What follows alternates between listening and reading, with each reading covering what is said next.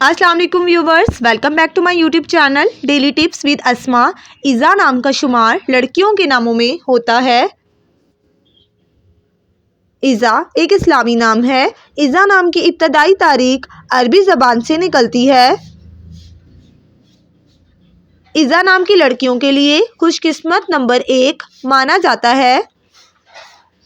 इज़ा नाम का मतलब है खूबसूरत, ताकत और प्यारी। खुशकिस्मत दिनों में बुध, जुम्मा और हफ्ते का दिन शामिल है। इज़ा नाम का शुमार इंटरनेट पर सबसे ज़्यादा सर्च होने वाले नामों में से होता है।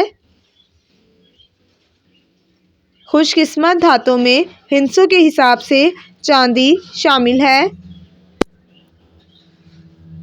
इज़ा नाम के अफराद के लिए मुआफिक रंगों में पीला, नीला और सफ़ेद रंग शामिल है। इज़ा नाम के अफराद के लिए मुआफिक पत्थरों में हीरा पत्थर शामिल है। फ्रेंड्स, अगर आप अपने नाम का मतलब जानना चाहते हैं तो कमेंट बॉक्स में अपना नाम लिखें। इंशाल्लाह हम आपके नाम की वीडियो ज़रूर बनाएंगे। Thanks for watching. अल्लाह हाफिज़।